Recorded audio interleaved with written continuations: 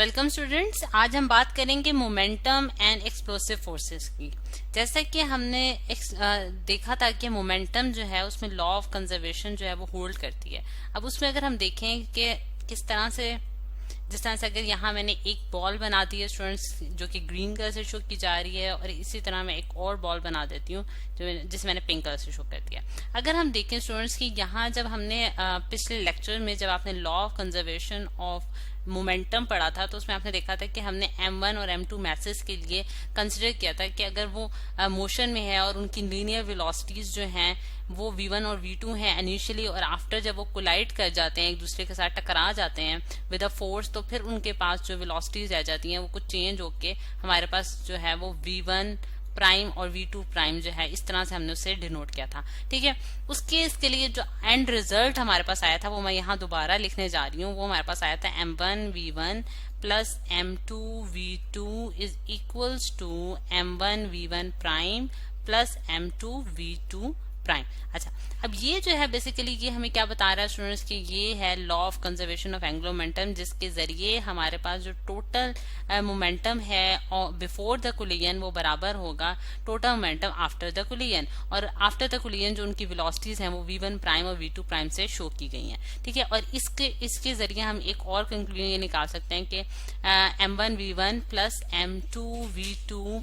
ठीक है, और minus M1 V1 prime plus minus M2 V2 prime, ठीक है, इज इक्वल्स टू 0। यानी कि टोटल जो एंगुलर मोमेंटम है, एंगुलर मोमेंटम कह रही हूँ, टोटल जो मोमेंटम है आपके पास, ठीक है, जो टोटल मोमेंटम है होल बॉडी का बिफोर और आफ्टर कोलिजन वो इक्वल किसके, 0 के इक्वल है। जिससे हमें पता चलता है कि जो टोटल लीनियर मोमेंटम है आइसोलेटेड सिस्टम में, यानी कि ऐसा सिस्टम जिसमें कोई एक्सटर्नल फोर्स जो है वो एक्सर्ट नहीं कर रही, तो उस केस में हमारे पास जो है वो उसका लीनियर मोमेंटम जो है वो हमेशा कांस्टेंट रहता है और वो इक्वल्स टू 0 होता है। ठीक है, अब हमने आज जो हमने केस स्टूडेंट डिस्कस करना है वो है हमारे पास एक्सप्लोसिव फोर्सेस का। ठीक है, यानी कि ऐसी फोर्सेस जो कि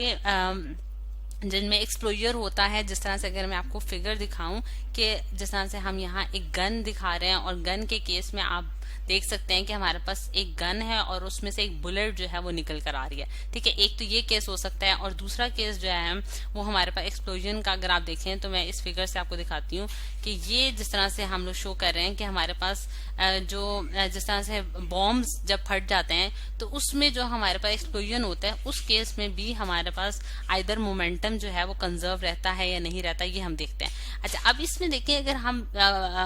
जिस तरह बॉम्ब की बात करते हैं, अगर हमारे पास कोई बॉम्ब है और वो बिफोर द कोलिजन, क्योंकि वो स्टेट ऑफ रेस्ट में होगा, ठीक है, यानी कि जब वो उसके अंदर जो है ब्लास्ट नहीं हुआ, ठीक है, तो उस जो या फिर आप शेल भी कह सकते हैं, ठीक है, वो जब वो उसके अंदर जितनी एनर्जी होगी, जितना मोमेंटम होगा, सही, ठीक है, वो बराबर होगा उस मोमेंटम के कि जिस तरह से वो अपने पार्ट्स में जो है वो डिवाइड हो जाता है, जिसे हम कहते हैं कि फ्रेगमेंट्स में डिवाइड हो जाता है, इक्वल फ्रेगमेंट्स में डिवाइड हो जाता है, या फिर उसमें डिफरेंट जो उसके फ्रेगमेंट्स में वो डिवाइड हो जाता है, पार्ट्स में डिवाइड हो जाता है। तो उन सब का अगर हम मोमेंटम को एड अप करें तो स्टूडेंट्स वो बराबर होगा हमारे पास इनिशियल मोमेंटम के, जो कि उस शेल के अंदर मौजूद था, उस बॉम्ब के अंदर मौजूद था। ठीक है, अब इसी चीज को हम एक और, यानी कि ये वाली जो एग्जांपल है इससे भी समझ सकते हैं। इसके जरिए हम किस तरह से इसको देखते हैं कि स्टूडेंट्स अगर मेरे पास अगर एक राइफल है, ठीक है, राइफल है, या फिर आप इसको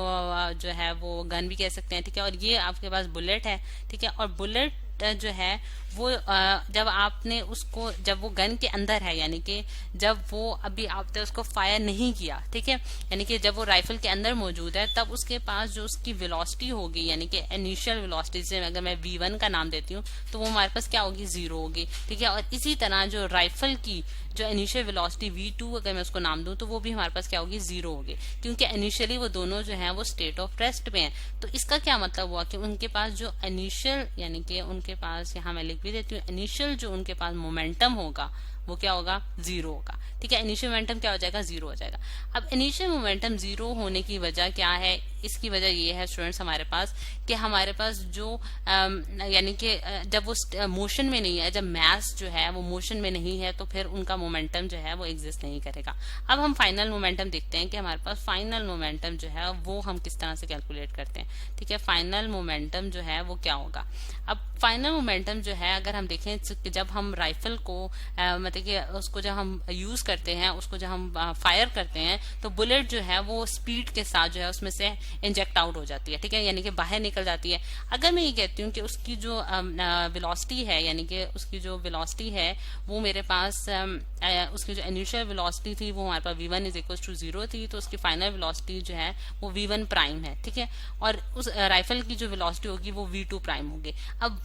जब आपने बहुत सारे केसेस में देखा होगा कि जब हम बुलेट को फायर करते हैं तो हम देखते हैं कि बुलेट तो बहुत स्पीड के साथ उसमें से निकलती है, लेकिन एज अ रिएक्शन यानी कि एक फोर्स जो कि बुलेट यानी कि राइफल जो बुलेट पे लगाता है उसको बाहर निकालता है। जब हम इसका ये बटन प्रेस करते हैं, ठीक है, इसको जब हम दबाते हैं तो बुलेट बाहर निकलती है। एक फोर्स लगाता है राइफल जो कि बुलेट पे लगाता है। ठीक है, लेकिन एज अ रिएक्शन फोर्स जो कि बुलेट लगा रही होती है राइफल पे, उसकी वजह से आप अपने हाथ या फिर जिस आर्म के साथ आपने पकड़ा होता है उसको, वो जो है वो एक बैकवर्ड डायरेक्शन में जो है वो बाहर की तरफ जो है वो निकलती है। ठीक है, जो कि बेसिकली क्या होती है, एक रिएक्शन फोर्स होती है। ठीक है, जो कि क्या होती है, एक रिएक्शन फोर्स होती है। अब हम ये जानते हैं कि हमारे पास जो है एक्शन और रिएक्शन जो है वो इक्वल इन मैग्नीट्यूड्स और ऑपोजिट इन डायरेक्शन होता है। लेकिन अगर हम इस केस में फाइनल मोमेंटम स्टूडेंट्स निकालें और अगर मैं इसका मास जो है राइफल का मास को मैं कैपिटल एम से डिनोट करने जा रही हूँ और बुलेट का जो मेरे पास मास है स्मॉल एम से मैंने डिनोट कर दिया है, तो फाइनल मोमेंटम में अगर लिखूं इसका तो मेरे पास क्या होगा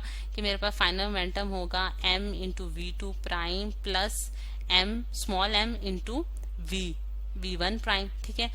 स्मॉल मतलब कि ये हमारे पास इसका फाइनल मोमेंटम आ गया। ठीक है, ये हमारे पास क्या आ गया, इसका फाइनल मोमेंटम। सही है, यानी कि दोनों मैंने मोमेंटम्स को सिंपली एड अप कर दिया है बुलेट और राइफल केस में। अब क्योंकि हम जानते हैं कि law of conservation of momentum जो है वो होल्ड करता है, तो इसके जरिए क्या होगा कि इनिशियल जो टोटल मोमेंटम होगा बिफोर द मतलब कि जब फायर आपने की है तो वो बराबर होगा फाइनल मोमेंटम के। ठीक है, फाइनल मोमेंटम के बराबर आ जाएगा। ठीक है, बिल्कुल वही law of conservation of momentum मैंने यहाँ लिख दिया है। अब इसके जरिए मैं यहाँ लिखूंगी कि इनिशियल मोमेंटम तो हमारे पास स्टूडेंट 0 था, तो यहाँ मेरे पास फाइनल मोमेंटम की वैल्यू पुट करने जा रही हूँ। ठीक है, फाइनल मोमेंटम की मैंने वैल्यू पुट कर ली। अच्छा,